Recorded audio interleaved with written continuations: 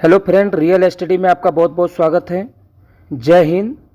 आइए कुछ साइंस के प्रश्न देखते हैं 10th के, जो बहुत VVI है और एग्जाम हॉल में बहुत बार पूछा गया प्रश्न है। चलिए शुरू करते हैं। पहला क्वेश्चन है, अंतरिक्ष यात्री को आकाश नीला की अपेक्षा काला क्यों प्रतीत होता है? तो जवाब है बुआ, अंतरिक्ष में किसी भी प्रकार का वायुमंडल नहीं पाया जाता है और यही कारण है कि वहाँ परिकिरणन की घटना नहीं होती है, अर्थात वहाँ धूप नहीं होती है। इसलिए अंतरिक्ष यात्री को आकाश क्या है, नीला की अपेक्षा काला दिखाई पड़ती है। हमको पता है बाबू कि सूर्य अनंत पर स्थित है। सूर्य कहाँ है बाबू? अनंत पर स्थित है।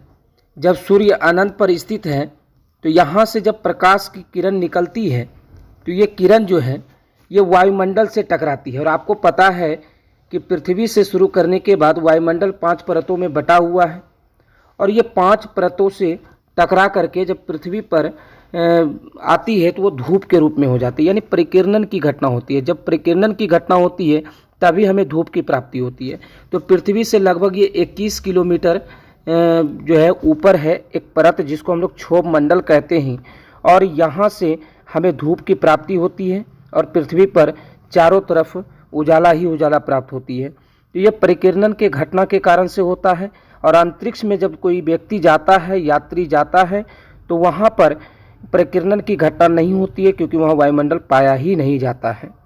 आई होप कि आप समझ गए होंगे इस बात को। आगे बढ़ते हैं। वो अगला क्वेश्चन कह रहे हैं, विद्युत मोटर का क्या सिद्धांत है? तो विद्युत मोटर का सिद्धांत बताया गया है, जब एक विद्युत धारावाही कुंडली को एक चुंबकीय क्षेत्र में रखा जाता है तब एक बलयुग्म कार्य करती है। क्या कार्य करती है? वह बलयुग्म कार्य करने लगता है, जिसके फलस्वरूप जो है कुंडली घूर्णन करने लगती है। ये विद्युत मोटर का सिद्धांत है। कहता है जब एक विद्युत धारावाही कुंडली को एक चुंबकीय क्षेत्र में रखा जाता है। कैसा क्षेत्र बाबू? चुंबकीय क्षेत्र। और चुंबकीय क्षेत्र जो बनता है वो चुंबक के आसपास बनने वाले जितने भी क्षेत्र होते हैं, यानी एक काल्पनिक रेखाएं होती है, वो क्षेत्र बनाती है और वहाँ पर रखा जाता है तो बलयुग्म एक कार्य करने लगती है, जिसके फलस्वरूप क्या हुआ, कुंडली जो है वो घूर्णन करने लगती है। जिसके फलस्वरूप क्या होता है, कुंडली जो है वो घूर्णन करने लगती है। तो चलिए आप ये भी समझ गए होंगे, बहुत VVI क्वेश्चन है, बहुत बार एग्जाम में पूछा गया है। आगे बढ़ते हैं हम लोग। आगे क्वेश्चन का संग्रह 3 है। तीसरा नंबर प्रश्न पूछा गया है कि 2 ऊर्जा स्रोतों के नाम लिखे। तो देखिए सर, 2 पूछा गया है। इसमें आप LPG दे सकते हैं, कोयला दे सकते हैं, और डबल कोयला लिखा गया है। चलिए, पेट्रोलियम दे सकते हैं, प्राकृतिक गैस दे सकते हैं। ये सब ऊर्जा के स्रोत हैं। चलिए आगे बढ़ते हैं। आगे कह रहे गोलीय दर्पण क्या है? आप बताइए गोलीय दर्पण क्या है?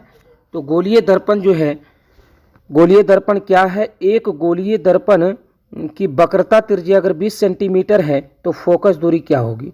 गोलीय दर्पण कहते किसी खोखले गोले का वो भाग है जिसका एक भाग कलई किया हुआ हो, है ना, उसे कहते हैं गोलीय दर्पण। अब गोलीय दर्पण तो एक गोले का ही भाग होता है, ये गोला हो गया, इसी को खंडित करके अंदर की ओर कलई कर दिए तो उत्तल दर्पण हो गया, और बाहर की ओर अगर इसका कलई कर दिए तो ये हो गया हमारा अवतल दर्पण। आप अच्छी तरह से समझ रहे हैं। अब यहाँ प्रश्न पूछा गया हमको, आगे एक और प्रश्न जोड़ा गया है इसमें, एक गोलीय दर्पण की वक्रता त्रिज्या 20 सेंटीमीटर हो तो फोकस दूरी क्या होगी? हमें पढ़ाया गया है कि एफ जो होता है, यहाँ से एफ जो होता है बाबू, ये फोकस दूरी डिनोटेट करती है। फोकस दूरी बराबर R/2, यानी कि वक्रता त्रिज्या को R से डिनोटेट किया जाता है और फोकस दूरी को F से। तो यहाँ पर वक्रता त्रिज्या 20 सेंटीमीटर दिया है बाबू, तो 20 सेंटीमीटर का हम आधा कर देंगे तो ये हो जाएगा 10 सेंटीमीटर बाबू। कितना हो जाएगा? 10 सेंटीमीटर। तो ये 10 सेंटीमीटर इसका फोकस दूरी हो जाएगा। आगे कह रहे हैं, आगे देखिए आगे का क्वेश्चन क्या कह रहे हैं, इसको हम लोग सॉल्व करते हैं आगे के प्रश्नों को। आगे प्रश्न कह रहा है कि उत्तल लेंस को अभिसारी लेंस क्यों कहा जाता है? उत्तल लेंस को अभिसारी लेंस क्यों कहा जाता है? तो इसका उत्तर है बुआ कि उत्तल लेंस को अभिसारी लेंस भी कहा जाता है क्योंकि लेंस पर आने वाली सभी प्रकाश यानी कि किरण पुंज बोलते हैं, एक बिंदु पर अभिसारित हो जाता है। यानी कि जो भी प्रकाश की किरण आएगी या किरणपुंज आएगी वो एक ही बिंदु पर क्या होगी, आकर के मिल जाएगी। जब एक बिंदु पर मिलती है, और ये काम कौन करती है, उत्तल लेंस के द्वारा ये कार्य होती है, इस लेकर के इसे क्या कहा गया, अभिसारी लेंस भी कहा गया है। आप समझ गए होंगे, इसलिए इसे अभिसारी लेंस भी कहा जाता है।